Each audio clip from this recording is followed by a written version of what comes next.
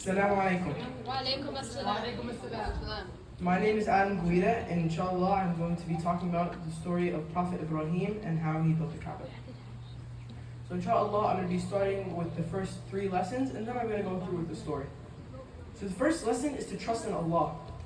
The story of Prophet Ibrahim teaches us the importance of trust in Allah's plan. When Ibrahim was commanded by Allah to build the Kaaba, he followed the instructions without questioning them. This teaches children to have faith in Allah's guidance and to trust that He knows what is best for them. The second lesson is perseverance. Building the Kaaba was such a challenging task, but Prophet Ibrahim did not give up. He faced numerous obstacles and difficulties along the way, yet he remained determined and continued to work diligently until the Kaaba was completed. This teaches children the value of perseverance and the importance of not giving up, even when faced with challenges. The third lesson is unity and equality. The Kaaba is a symbol of unity for the Muslims around the world. People from different backgrounds and nationalities come together to perform the pilgrimage, or Hajj as we know it, and worship in the same place. This teaches children about the importance of unity and equality, regardless of race, nationality, or social status. So let's begin with the story. Long ago in the ancient city of Mecca, there lived a righteous man named Ibrahim. He loved and worshipped Allah. Ibrahim would often ponder over the universe and wonder how he could show his devotion to Allah. One night, Ibrahim had a dream. In his dream, he heard a voice saying, "Ibrahim, you are chosen to build a sacred house for the worship of Allah." When Ibrahim woke up, he knew that this was a divine message. Eager to fulfill Allah's command, Ibrahim set out to build the sacred house, which would become known as the Kaaba. However, the place where the Kaaba was supposed to be built was nothing but barren desert. Ibrahim was undeterred and began the task with unwavering faith. As Ibrahim laid the foundation of the Kaaba, he faced many challenges. The desert lacked resources, and Ibrahim had to travel long distances to gather stones and for construction. Despite the hardships, Ibrahim persevered, always relying on Allah's guidance and support. During the construction, Ibrahim was joined by his son Ismail, who was a young boy at the time. Together, they toiled under the scorching sun, carrying stones and building the walls of the Kaaba. Father and son worked side by side, teaching each other the virtues of faith, patience, and gratitude. Finally, the Kaaba was completed. It stood tall and majestic, a place of worship for all believers. Ibrahim and Ismail were overjoyed to witness the fulfillment of Allah's command. From that day forward, the Kaaba became a sacred sanctuary, drawing people from all corners of the earth to perform the pilgrimage and seek Allah's blessing. The story of Ibrahim and the Kaaba teaches us many important lessons. It reminds us to trust in Allah's plan, to persevere in the face of challenges, and to embrace unity and equality among all people. Just as Ibrahim and Ismail built the Kaaba, we could learn to build strong foundations of faith, resilience, and compassion in our own lives. An ayah that goes with this speech is an ayah from Surah Al-Imran. إن أول بيت وضع للناس للذي ببكة مباركا وهدى للعالمين. Indeed, the first house of worship established for mankind was that at Mecca, blessed and a guidance for the world. This ayah highlights the significance of the Kaaba as the first house of worship for all of humanity. It emphasizes that the Kaaba in Mecca is a place of blessings and guidance for people all over the world. Including this ayah further emphasizes the sanctity and the importance of the Kaaba, connecting it to the story of Prophet Ibrahim and his role in its construction. Assalamu alaikum, and thank you for listening to my speech.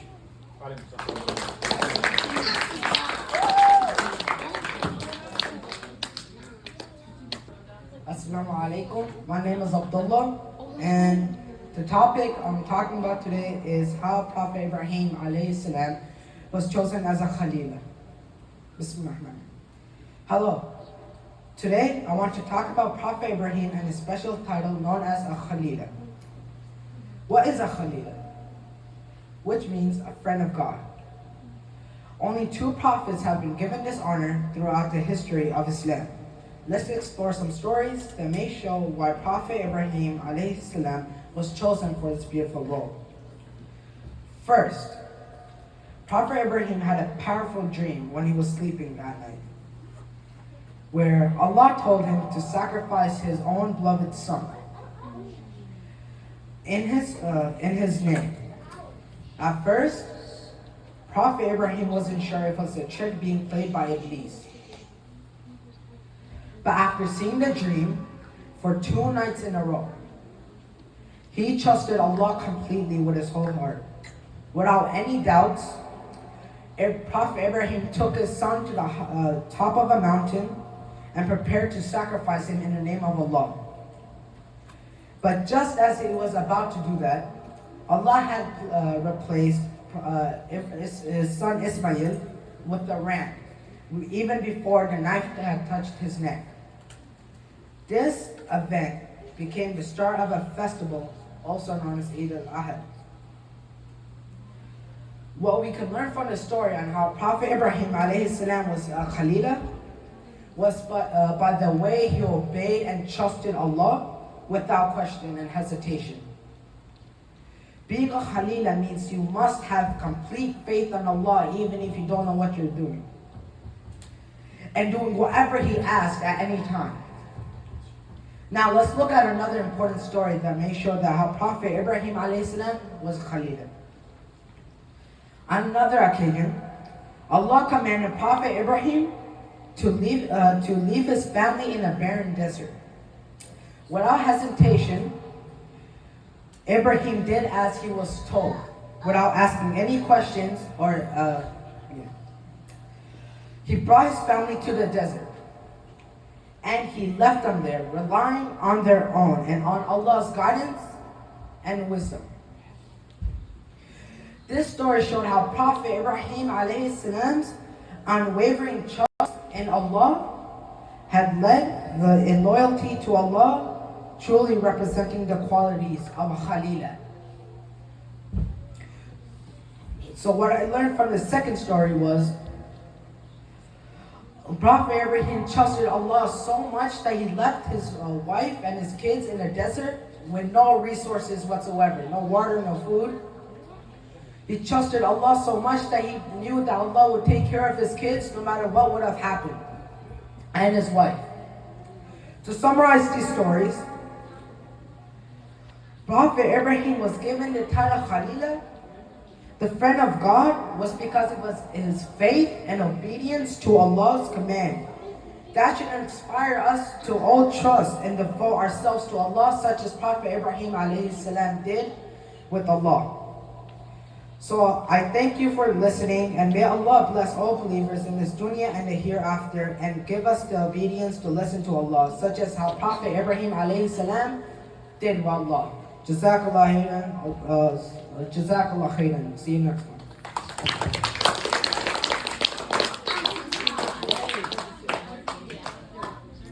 Assalamu alaikum everyone. Walaikum assalam. My name is Tahir Tour, and today I intend to talk about the Prophet Ibrahim asking Allah to educate him on the afterlife.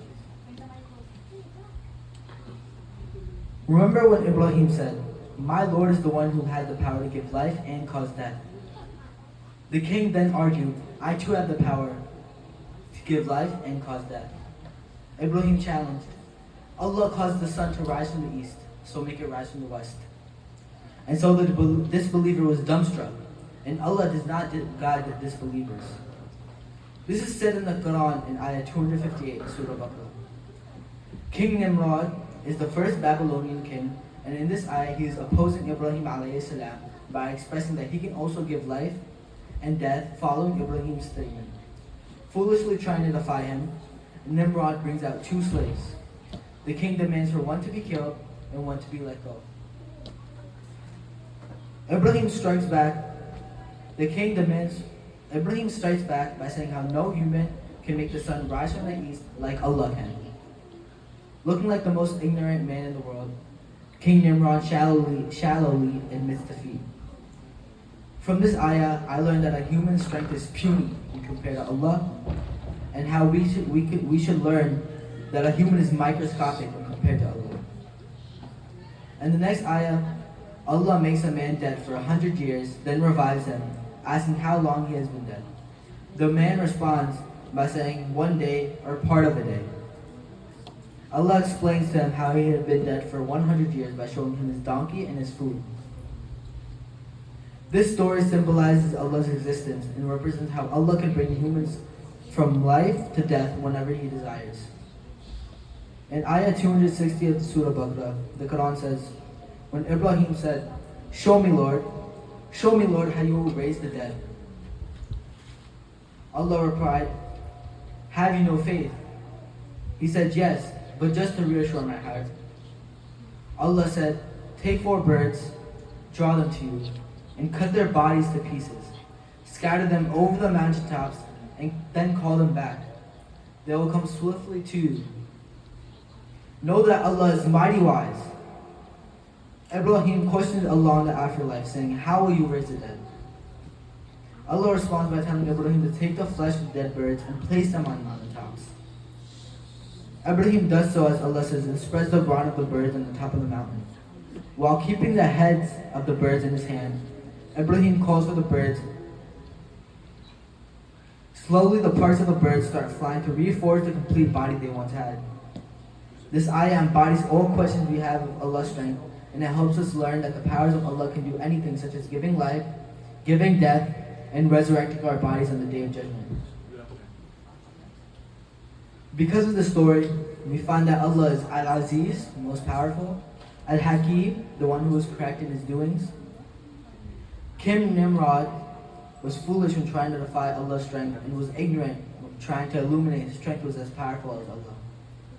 Allah is Al-Muhyi, giver of life, Al-Bar, the source of goodness, Malikul Mulk, master of the kingdom, and many more. We can learn that we should never question Allah's strength due to it being beyond what we can believe. Allah is the sole purpose of our life, and He can give death any time He decides. We should dedicate every minute of our life to Allah, because He is the determiner of the past, present, and future.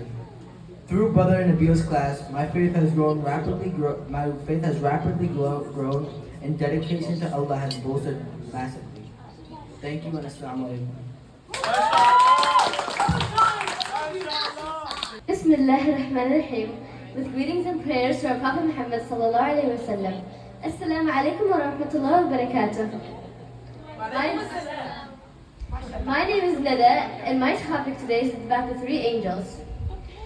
In this wonderful story of the 3 angels that visited Prophet Ibrahim alayhi salam and Prophet Lut alayhi salam, we will find out the unexpected, and we'll learn some lessons, such as the power of Allah. However, what are those lessons, and what can we benefit from the story? We'll find out as we listen to the story and the events that happened in it. One day, Allah SWT sent Jibreel and 2 other angels down to earth disguised as humans. They were sent down to Ibrahim's house as guests to bring him good news. Ibrahim a.s. opened the door for them and invited them in, not knowing that they were angels. He offered them a grand meal of fatted calf, but when they did not eat, Ibrahim began to fear these guests, for it was known that if a guest refuses food, then they were there for a bad reason. They reassured him that they were not ordinary men, but angels sent down from Allah SWT to give him good news of a son full of knowledge and wisdom. Ibrahim a.s. was confused. His wife had become barren and old, so how would she be able to give birth? The angels reminded him of Allah SWT power and will. They also brought him news of destroying the people of Lut, who had unsuccessfully tried to guide these people to the right path and to believe in Allah for many years. Ibrahim worried that his nephew would be destroyed with them, but the angels reassured him that they would save Lut and his daughters, the only believers in the city of Sodom. First, let me tell you a bit about Sodom. It was located on the border of Jordan and Palestine, and it was a bustling city full of traders and tourists who came to visit. It was also a city full of criminal activity, corruption, and murder, had the highest criminal rates in that time. Innocent people would be robbed and murdered by them. Prophet Lut was sent down to these people to lead them to the right path. Now let's go back to our story. The 3 angels then went to Sodom. A daughter of Lut saw them near the city and went to get her dad so she could tell them about his young men. Lut a.s. went to embrace these 3 guests, although he didn't want them to come in, since he knew what the city would do to them if he saw his guests.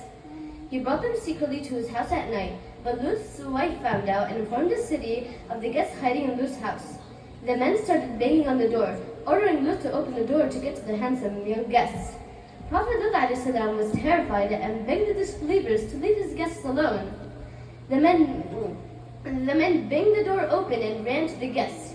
The three guests suddenly turned into angels, and Jibreel ﷺ informed Lut who they really were. They told him that they would be destroying his people because they hadn't went the right path for so long. The angel Jibreel struck all the men inside the house, causing them to lose their eyesight. As the men angrily went back to their homes, vowing to kill Lut the next day, Jibreel ﷺ told Lut ﷺ to take his daughters out of the city and to never look back, but to leave his wife in the city because she would be killed among them. In the morning there was a piercing noise which shook the city with shame and pain. Jibreel ﷺ then picked the city up with the tip of his wing, twisted the land, and threw the land upside down onto the ground. Allah SWT then arranged stones of hard clay onto them, with each piece of clay having the names of disbelievers on them, and the corrupt land was no more. This is the story of the three angels' visits to earth. Some valuable lessons that we can take from this story is that Allah SWT has power over everything and is able to do what He wills, even if it seems impossible. And that Allah SWT will protect and bring justice to the believers and punish the disbelievers. I hope you enjoyed and benefited from this story as much as I did. Assalamu alaikum wa rahmatullahi wa barakatuh.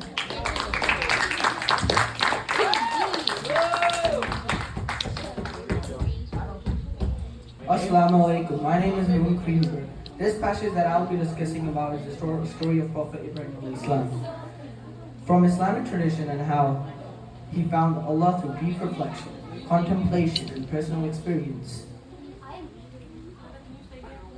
Prophet Ibrahim, also known as Abraham, found Allah subhanahu wa ta'ala through his deep reflection and contemplation. Tradition: Ibrahim was born in a society that practiced idol worship. He questioned the legitimacy of worshipping lifeless objects and saw own logical reasoning. He concluded that there must be a supreme creator responsible for the creation of the universe. This led to him reject idolatry and recognize the existence of Allah subhanahu wa ta'ala, who in him he considered the one true God. Prophet Ibrahim's journey towards finding Allah is a testament to his sincere research for truth and his unwavering faith. Some of the topics that Prophet Ibrahim's story teaches us is several important lessons. Here are a few key points. 1. Faith and trust in God. Ibrahim's unwavering belief in God's guidance and his willingness to submit to God's command, even in the face difficult demonstrates the importance of having faith and trusting in a higher power. 2. Monotheism and rejection of idolatry. Ibrahim's rejection of idol worship and his commitment to monotheism highlight the significance of recognizing the existence of one true God and avoiding the worship of false gods. Thank you for listening to my speech. Assalamu alaikum. My name is Rian Hilal, and today I will be talking about Hajj life lessons. Number 1. The first lesson I learned from Hajj is that there is always an opportunity to improve in terms of being a good Muslim. In Hajj, we have a big opportunity to get rid of our sins and also to start a habit of reading Quran, making dua, and to remember Allah subhanahu wa ta'ala more throughout the day. This life lesson can help us when we are in a problem because Allah subhanahu wa ta'ala can always help you in a tough situation. Reading Quran gives us many good deeds, and praying to Allah helps us stay close to Allah subhanahu wa ta'ala. Number 2, the second lesson I learned from Hajj is to always be grateful. Hajj is a big opportunity for many reasons, but many people do not have this big opportunity. We have to be grateful that we can afford to go, and we also have to be grateful for many other things. Being grateful shows we are thankful to Allah subhanahu wa ta'ala and what He gave us. When we are grateful, we stay away from greed, which is a very bad thing and is one way if peace can enter our heart. The last life lesson I learned from Hajj is that with hardships come ease. In Hajj, we do many religious things for Allah subhanahu wa ta'ala, such as tawaf, running between Safa and Marwa, staying in the tents, throwing stones at the pillars, fasting for 1 day, reciting dua on Mount Arafat, and etc. These are not in order. These can be tiring for people, but remember, these are all for Allah subhanahu wa ta'ala. After these acts of worship, we will be rewarded heavily. Other than Hajj, there are hardships too that still come with ease. Hardships test you. He will always come over them. Remember, Allah subhanahu wa ta'ala only gives you problems that you can solve. In conclusion, there are many Hajj life lessons that can help us achieve many things and overcome many things.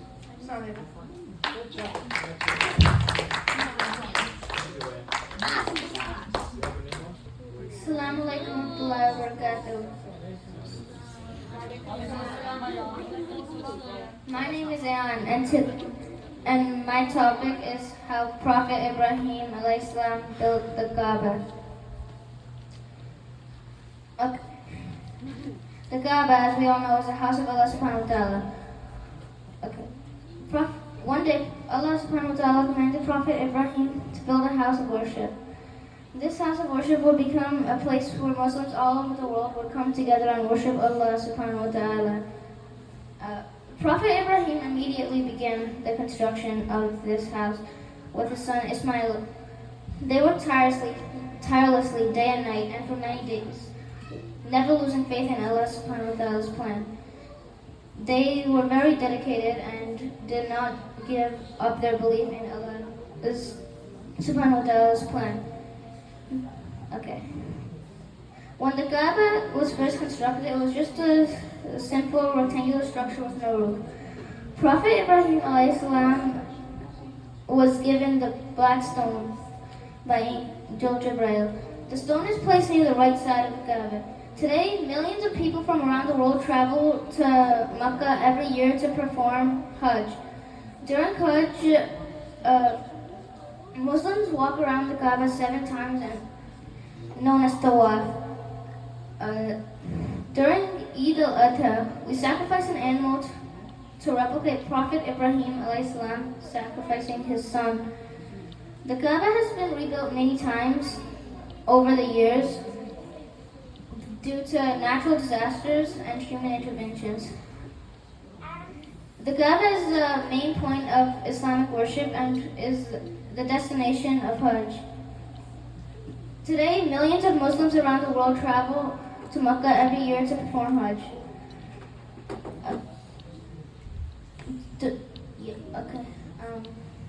This is my speech. Lessons we can learn.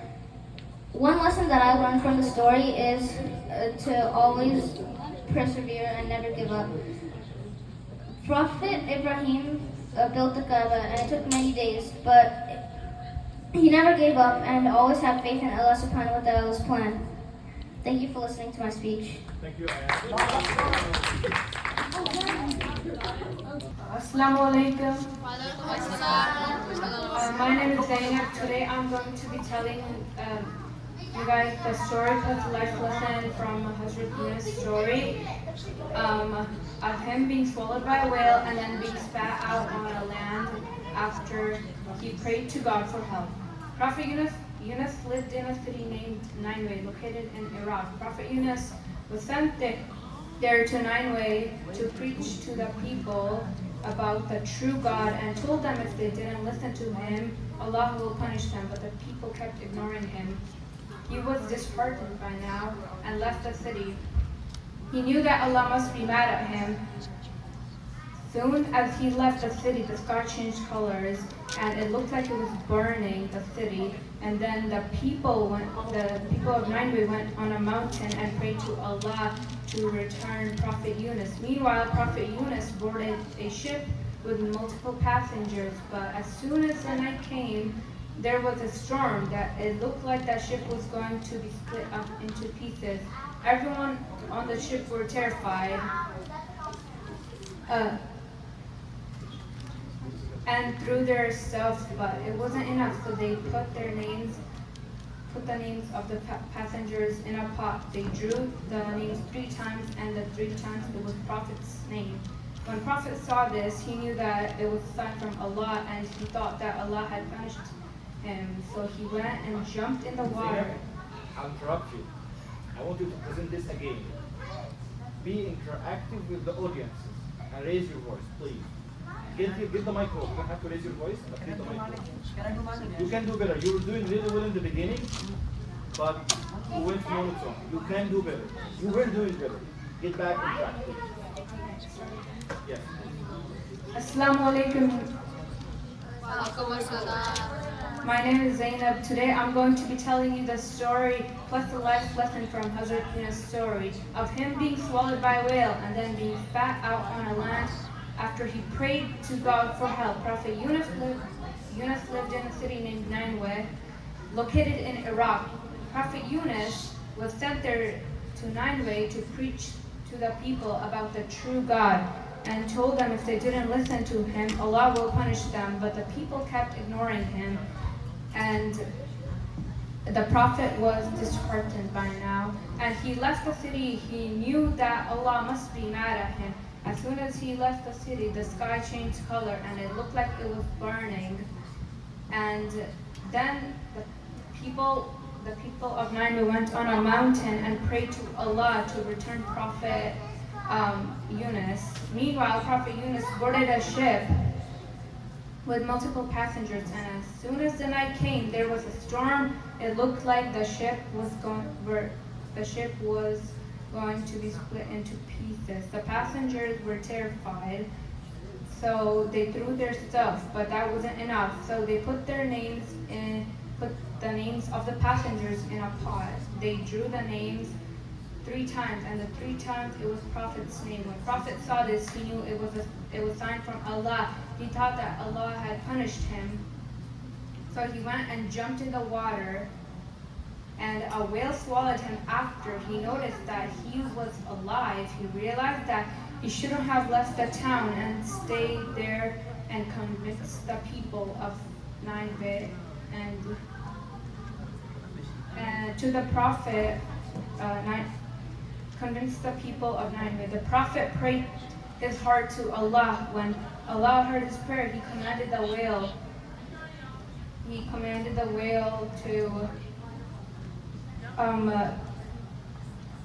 go to the surface. The whale obeyed Allah and went on the surface and left the prophet on an island. The prophet was sick by now from the acid in the whale's mouth, and as his skin started to burn, then he prayed to Allah. And Allah grew a tree behind him where the prophet was praying, and shortly he regained his strength and found his way back to Nineveh. When he returned, the prophet was surprised when he saw the people welcoming him, and they told him that they worship Allah, the one and only God. The life lesson I learned from this story is that life makes sense only when a person looks backward, but the only way to live is to look forward. Thank you. Assalamu alaikum. My name is Harun Kaiser, and today I will be talking about what I learned from the story of Ibrahim sacrificing his son. Excuse me. Slow down, man. Slow down. Alright. Shall we start? Yes. Assalamu alaikum. My name is Harun Kaiser, and today I will be talking about what I learned from the story of Prophet Ibrahim sacrificing his son. What I learned from the story of Prophet Ibrahim sacrificing his son is that your belief is worth more than everything in this world. And you should always have trust in Allah because He is all-knowing. Prophet Ibrahim ﷺ was a messenger and a prophet of Allah. He was a prophet that is known for being thrown in the fire, being willing to sacrifice his son in the name of Allah, and building the Kaaba, the house of Allah, with his son. Prophet Ibrahim ﷺ was given a test to sacrifice his son. You see, Allah gives a test to each prophet to see how strong their connection is with their deed. Starting from first prophet Adam ﷺ to the last prophet Muhammad ﷺ. Allah wanted to test how strong the connection of Prophet Ibrahim ﷺ was with Allah. So Allah gave Prophet Ibrahim ﷺ a test. The way Allah portrayed his message to Ibrahim ﷺ is by giving visions inside dreams of Prophet Ibrahim ﷺ. The test that Allah had gave to Prophet Ibrahim ﷺ was to sacrifice his son. Prophet Ibrahim ﷺ knew it had to be done because his Lord, the creator of all, had commanded him to. Prophet Ibrahim ﷺ informed his son on what had to be done, and his son had agreed to let Ibrahim ﷺ to sacrifice him in the name of Allah. When Prophet Ibrahim ﷺ was getting ready, Allah had swapped Ismail, Ibrahim's son, with a ram as soon as the knife had reached Ismail ﷺ's neck. And the test was complete. And so the ram was slaughtered. And Allah had commanded Ibrahim alayhi salam to distribute the meat with his family and the poor. In honor of this act, we Muslims practice this act by sacrificing lambs, cows, sheep, or goats in Eid al-Adha to remember the courageous act of our beloved Prophet Ibrahim alayhi salam. In conclusion, what I learned from the story of Prophet Ibrahim alayhi salam sacrificing his son is that your belief in Allah is worth more than everything in this world. And you should always have trust in Allah subhanahu wa ta'ala because He is all-knowing. In the story, Prophet Ibrahim alayhi salam chose his belief in Allah over his son. So he chose to sacrifice his own son, Ismail alayhi salam. And since he trusted Allah subhanahu wa ta'ala, his son was replaced with a ram, and his test was complete. This concludes my speech. Thank you very much for listening. This concludes. Assalamu alaikum, brothers and sisters. My name is Mirjan Kaiser, and today I'm going to be talking about why Prophet Ibrahim decided to sacrifice his son. So let's get started. So Prophet Ibrahim alayhi salam had a dream showing that to kill his son. He woke up, thought it was just a nightmare. Then he went back to sleep. Then the next day came and he had the same exact dream. To sacrifice his son. Then he woke up and told his son the news. Then Prophet Ibrahim went up to the mountain of Mount Arafat. Little did Ibrahim know this was a test from Allah subhanahu wa ta'ala. He tied his son's hands and legs. Then he got him a knife. And then when the knife reached his son's neck, Allah sent a lamb down for him to kill slash sacrifice. Then he noticed that his son didn't die, and he was tested. So now we're going to be moving on to the lessons. Bismillahirrahmanirrahim. So the lesson I learned is that if you get attacked from Allah, just do it. Do it. Don't complain, because Allah wants to see how good you really are for believing Him. Because Prophet Ibrahim had the same dream over again, also, that can also let you in heaven, because you get more good deeds. Also, you have to remember that Allah has a lot of planned things. If you think it's impossible, it's not. Allah can give you any task. Remember, Allah can give you any task. To do it as I said, it will get you up to heaven, because anything you do for Allah, you can get to heaven. Hasanats, and you need hasanats to enter heaven. That's all I did. I hope you enjoyed the speech, and learn whatever you see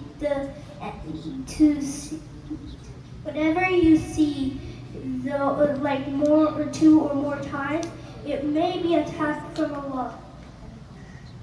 Jazakallah khairan. Inshallah, I'll see you again. Thank you, and be sure to remember to do the things that you get twice, because maybe it is from Allah subhanahu wa ta'ala.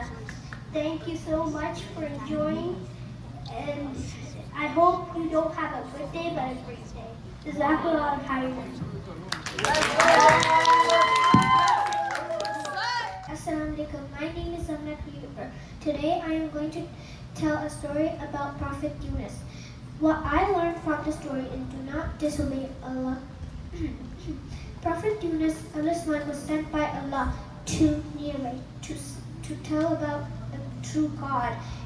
Yunus said that they should believe only in Allah subhanahu wa ta'ala and obey His commandments. Otherwise there would be a severe punishment will come upon them. He warned them, but they did not like anyone to interfere in their ways to worship Prophet Yunus tried very hard to convince the people about Allah subhanahu wa ta'ala. The people kept ignoring him. He knew if they keep worshipping the idols, Allah subhanahu wa ta'ala will soon punish them. So he left the town of Yunus. As soon the Prophet left, the sky was changing color. It looks like the sky was on fire. So all the people of Nineveh went to the mountains to pray. When Allah heard their praise, Allah gave them one more chance. Yunus had boarded a small ship in their ways to Allah. When it was nighttime, there was a horrible storm. People in the ship were terrified, so they threw 20 bags to lift the ship, but it was not enough. So they decided to throw. So they made papers and put it their name. They took 3 turns, and the 3 turns were Prophet Yunus. He knew that Allah was punishing him, so he throwed him, and a whale swallowed him, and he was still alive for weeks and days. Thank you for listening to my speech. Thank you so much. Assalamu alaikum. My name is Muhammad Karashi, and I'll be talking about Prophet Ibrahim building the Kaaba. As Muslims, the Kaaba is a large part of our religion. It's also the direction towards which we pray 5 times a day. Did you know that the Kaaba itself was built by Prophet Ibrahim and his son Ismail? Allah subhanahu wa ta'ala commanded Prophet Ibrahim to build the Kaaba. Prophet Ibrahim built the Kaaba with Prophet Ismail helping him.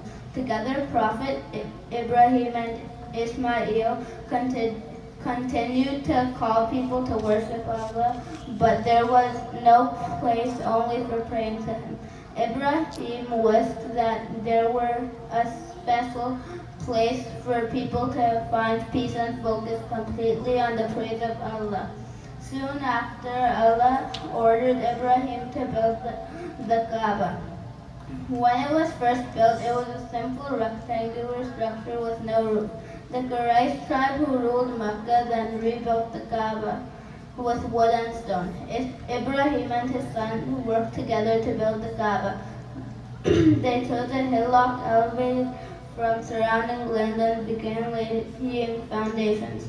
Ismail found the stones while his father placed them to build high walls. When the construction was finished, the angel Gabriel came down from heaven to teach Ibrahim how to do Hajj. Using a large stone as the platform, Ibrahim addressed his people, urging them to obey Allah. This large stone can still be seen near the Kaaba. When Prophet Muhammad was then forced out of Mecca, he removed the idols housed in the Kaaba, however keeping the black stone inside that was given to Prophet Ibrahim by the angel Gabriel. When every day we pray to the direction of Mecca, and if we're fortunate enough to undertake Hajj, we make tawaf around the Kaaba. During Eid al-Adha, when we mark the end of Hajj and make our sacrifice for the sake of Allah, we replicate the sacrifice of Prophet Ibrahim, ready to sacrifice his son Ismail for the sake of Allah. Thank you for listening to my speech.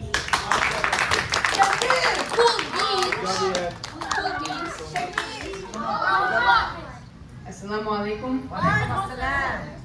My name is Yusuf, and today I'm going to be talking about Hajj, the symbol of Muslim unity. Millions of Muslims from across the world perform the annual Hajj pilgrimage. One of the 5 pillars of Islam, the Hajj, is a mandatory duty for all Muslims to make at least once in their lifetime.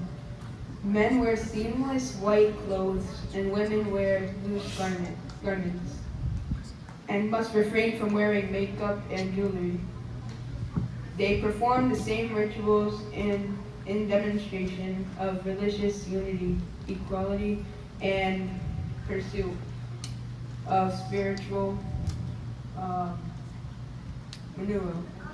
So in conclusion, people of all races, color, and nationalities go to perform Hajj. They become one with people without any class or distinction. So that's all for today. Assalamu alaikum. My name is Ibrahim. From the story of Zamzam, I have learned to always trust in Allah, even in the most challenging situation. Allah will always provide a solution.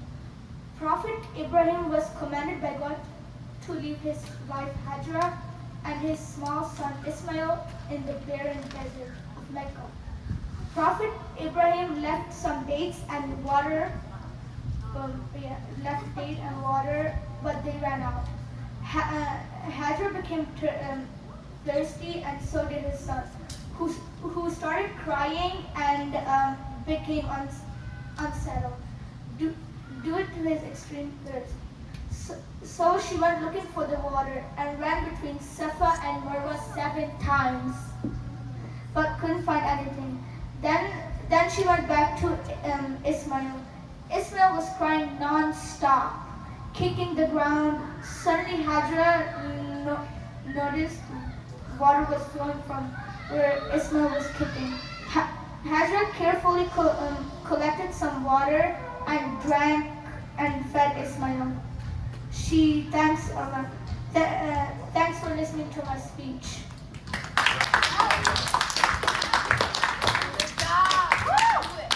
Assalamu alaikum. My name is Hannah, and I'm going to be talking about Ibrahim building the Kaaba. Also, what I learned from this story is to always praise Allah. It all started when Ibrahim and Ismail kept calling to people to worship Allah, but there was no place to pray to Him. Ibrahim wanted a place for people to focus completely and only praise Allah. Soon after, Allah ordered Ibrahim to build the Kaaba. Ibrahim and Ismail worked together to build the Kaaba on a hillock and began to lay foundations and create high walls. When Ibrahim finished building the Kaaba, Angel Jibreel came down from heaven to teach Ibrahim the rituals of Hajj. So in conclusion, that is all I have to share with you about Ibrahim building the Kaaba.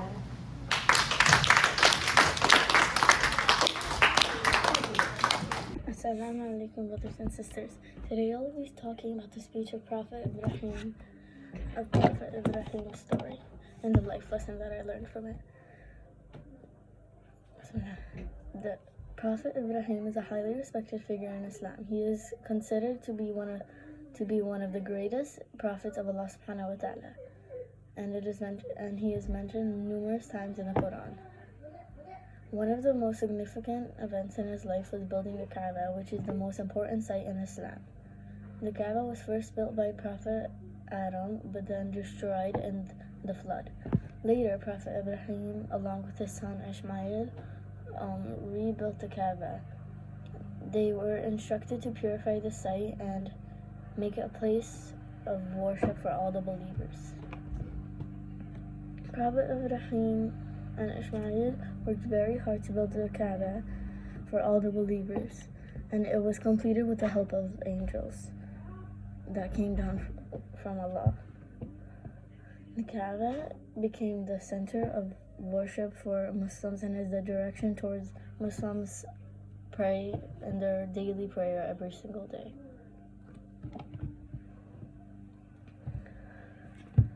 The story of Prophet Ibrahim and the Kaaba teaches us several important lessons.